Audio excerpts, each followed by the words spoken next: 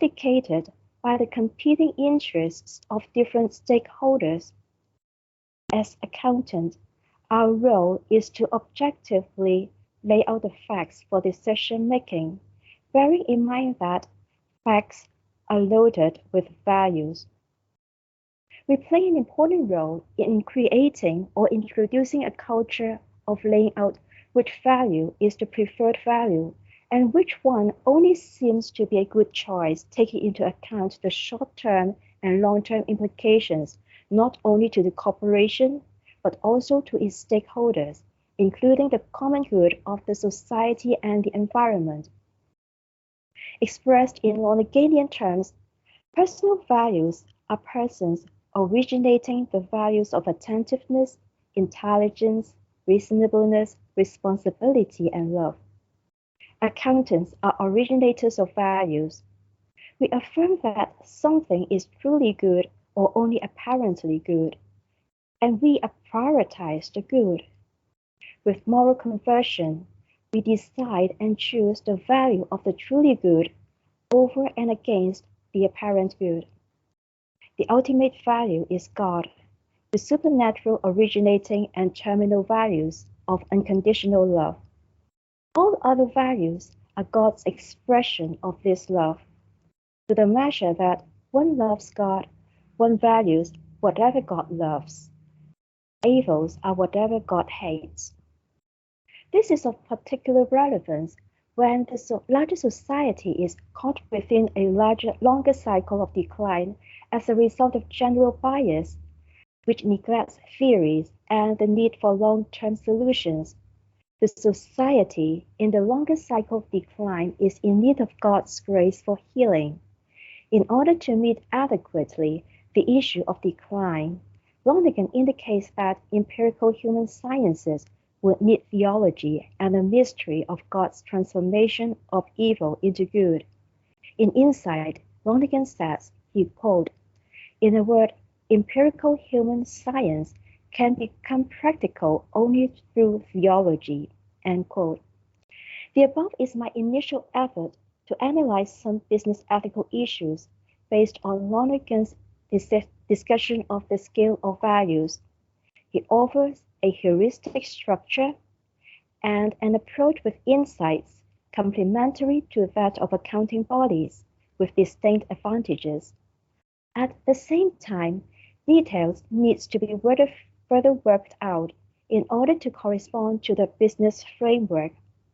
I also hope that I have demonstrated the potential of how Lonergan's thought can be taken up by a wider audience, including accountants.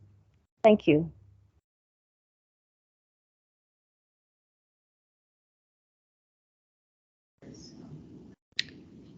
Many thanks, Erica. Yes, that was a great presentation. Thank you so much. And without ado, I would just like to open it up to questions. If there are any questions you might want to ask, you could raise your hand or just show us that, or send a chat on the chat room and we would attend to it.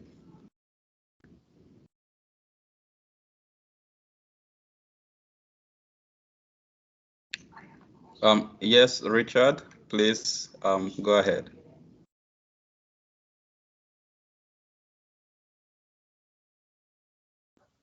Okay. First of all, I just want to say that how grateful I am for you for bringing this issue into a Lonergan context, because it is hugely important. Over the years, I have had occasion to meet with people at the top of the International Monetary Fund, vice presidents of mining companies, all kinds of business people and not that I have I'm not a business person at all, but every time I've raised the question of are you taking into account the impact of what you're doing on people's lives, I get the most horrendous responses. including one from the IMF who said, what I learned as an accountant was that on the ledger, both sides have to balance. And that was the end of his response. So you have raised a really important question. And I'm particularly interested in the way in which you connect that with scale of values. And to point out that it's kind of a remarkable statement. Accountants are the originators of values. That's an extraordinary statement. And then when you set that against scale of values, you've opened up a kettle of fish for the business world, I think. I wonder how business people respond to what you are saying.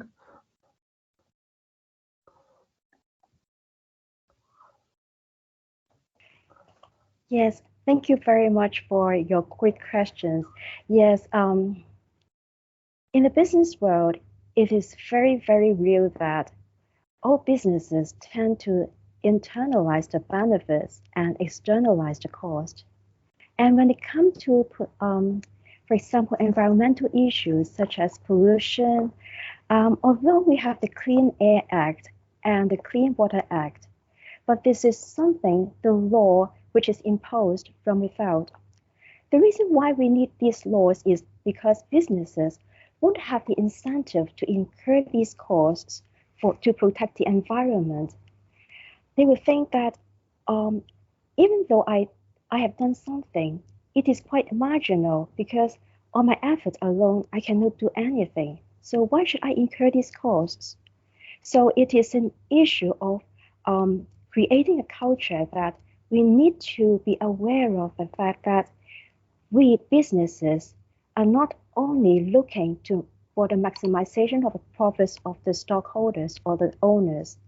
So I think this culture of sustainability is the key point in connecting Lonergan's notion of scale of value with the context that I have just explained. Because while Lonergan can explain the scale of values from below vital values, social values, cultural values, personal values, and religious values, I think the reason why I started exploring this topic is cultural value of sustainability, which keeps recurring and recurring and recurring account in the emails and webinars that I attended as an accountant in accounting bodies such as the ACCA, and also talked about in other multinational accounting firms. This culture is really amazing, which started to wake us up to the call of the environmental issues. We need to attend to the Earth planet and also the other parties involved. So, but the question is, why does this culture come about? It is from the social media, from those who advocate for us to look into the climate issue, the environmental issues. So this is the reason why Lonergan says that human beings are originators of values. We start to criticize what is wrong in this society. So because this paper is from the lens of the accountants, so I emphasizes that accountants are originators of values. But in my paper, I also talked about Freeman's theory of the stakeholders. Succinctly stated, stakeholders are all those persons who have a stake in the business, including the employees, the suppliers, the customers, and the local communities where the business operates. So all these parties are not just a means to achieve the end, to produce profits. They are all human beings, and they are also originators of values. So imagine that in making business decisions, our management do not only attend to their own self-interest, but also they have to hear the voice of all these stakeholders. All these stakeholders are originators of values, and their values and their viewpoint have input to the businesses that we are running. So this is the idea of how I could try to connect Lonergan's scale of value with the business setting, and also human presence as originators of values. Hope I have elaborated a bit more and answer your question. Thank you. Yeah, thanks, Erica. From what I see, it's like Richard is okay with that response. So yeah, we have Thiago. Thiago, you have your hands up, please. After that, there is Steve. Thank you. Thank you for having me here. Thank you, Ms. Lee, for your presentation. My question is a little bit more personal, and of course, you're free not to answer it. But I'd like to know, how was your process, your personal process, from being an accountant to be more involved in the theology discussion? How this happened, or how was this insight? Thank you. Thank you for your question. Yes, it is a long story because when I was studying in university, I majored in accounting. So very naturally, after graduation, I joined PricewaterhouseCoopers to work as an accountant for quite a number of years. And then I converted to become a Roman Catholic. And to be honest, at that time, I have not imagined that I would quit my job to study theology. But it is God's calling. It is very beautiful. And I hope I will have more time to share this story with you, because it is my personal story of how God's love has transformed my life. And yes, I really want to do God's will and to study theology. And during this process, I have the feeling that with my business background, I have something unique to contribute, although maybe in small ways, to how to connect theology, God's love, with the business world. So I would say this is my first step in making the connection. And to be honest, I am now a PhD candidate, and my doctoral thesis is not on this topic, but on religious diversity, which I am also very, very interested, because I was brought up in a very religiously diverse context. So it is kind of branching out for me to explore this area as well. And to be honest, I really hope to share this with you, but right now I am in Hong Kong, so I am right now it is near midnight for me, so because of the time difference, I won't be able to join many parts of the conferences.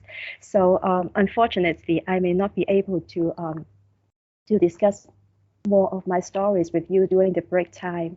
But I sincerely hope that we will have opportunities in the future to meet on other occasions, and we can share more personally of our experience. Thank you for your question. Thank you so much, Erica. That was great. And I just want to assure you that as far as it is regarding financial contribution, it can never be a small contribution.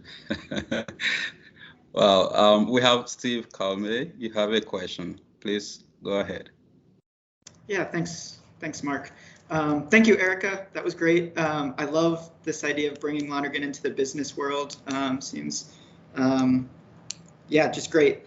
So I have a question. As you're talking about kind of trying to, sounds like you're talking a lot about moving the business world towards values of environmentalism, towards values, kind of some of these different human-centered, justice-centered values that are taken up already by other parts of society, right? And kind of how this, as I understand it, kind of this culture in part of the society outside of the business world can affect the business world potentially by inviting the business world to move towards those values as well. But I wonder about the other direction also. That is, I get this, I'm not in the business world, but I get the sense that sometimes the business world sees the part of society that has, let's say, environmentalism values and sees them as just so disconnected and not understanding what happens in the business world. And so at the beginning, I think you mentioned that the value of the business interests and profit is not to be thrown away in order to move towards environmentalism, but somehow incorporated into this.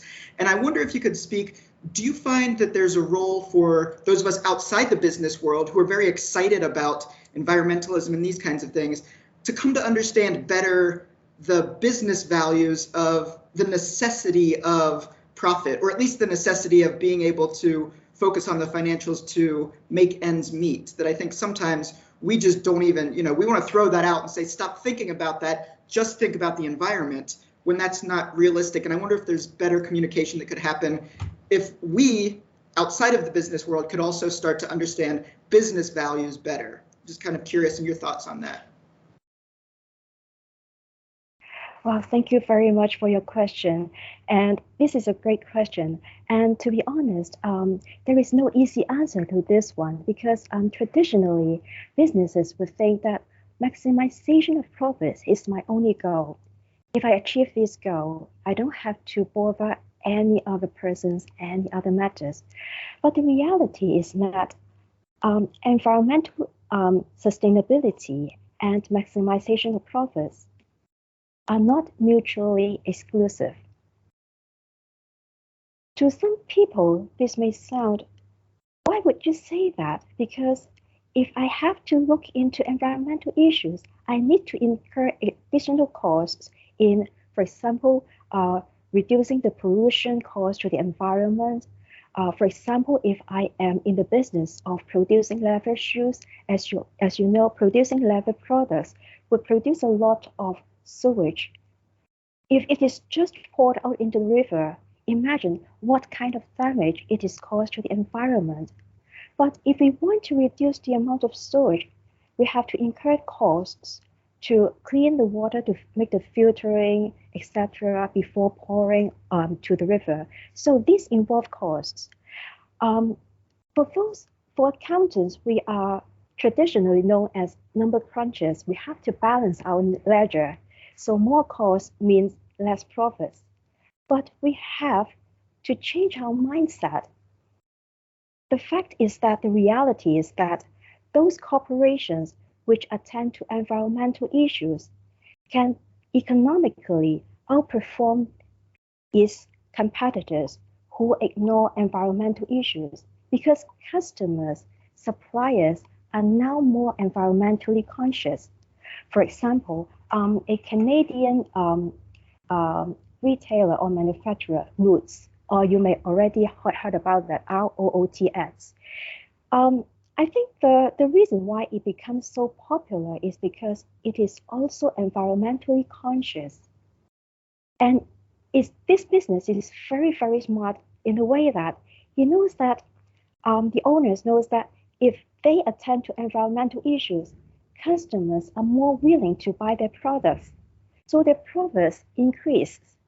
So this is one example of how environmental issues and maximization of profits are not mutually exclusive. But to be honest, this is now only achieved by a very, very small number of businesses. And what we need to do is to have the culture more influence the mindset of people, and to help to raise the awareness of how we human beings are interconnected with the nature, with the environment, just as Pope Francis says in Laudato Si, and other religious leaders says in their religious beliefs. But this is a long way to go. But as I said, if we attend to this issue, people become more aware of this and will not brush aside the environmental issues as just, okay, a minor point, a point to be addressed when I have time. But right now I have to focus on the profits. I think this calls for a change of mindset, but it takes time. Thank you for your question. Thank you, Erica.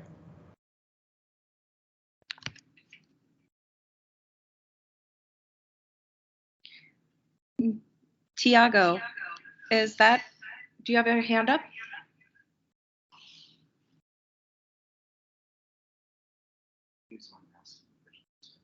Okay, thank you. So it was an old hand. I'm sorry. I wasn't sure if anyone could see it. So I want to ask about educational institutions and their relationships with financial institutions. For example, how can educational institutions such as Marquette, or really any Catholic university, better cooperate when there's investment or other financial funds that might be ethically compromised? Here at Marquette, I think about 2 years ago when Hurricane Maria hit Puerto Rico and it was financially devastated, Marquette students found that some of their investment accounts that go into the endowment were connected to basically the financial ruin of already ethically fraught situations. So what would you recommend in trying to repair those relationships or figure out what's right? Well, can you hear me, Ram? Yes, thank you very much for your question. I think because I am not totally on top of the issues that you are talking about, so I may not be able to specifically address to your question, but hopefully I can address it in some general manner, because what I would say is there is a big connection, a huge connection between the business world and, as you said, the Catholic University. And to me, it's not just the Catholic University, but also all the universities, because education plays an important role in framing the way how we approach issues.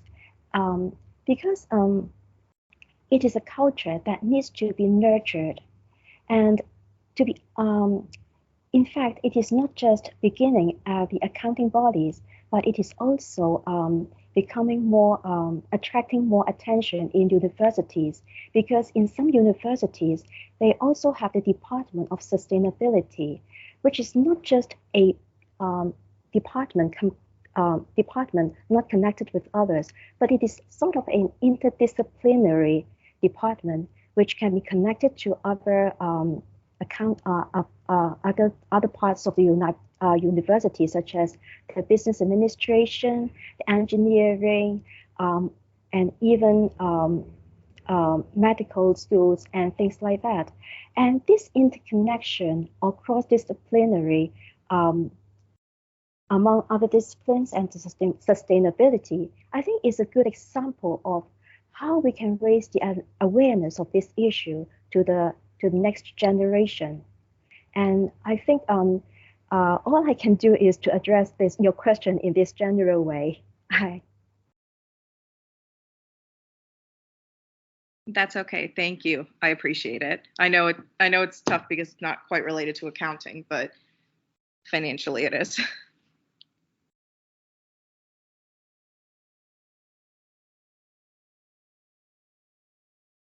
Are there any other questions that we might have for Erica?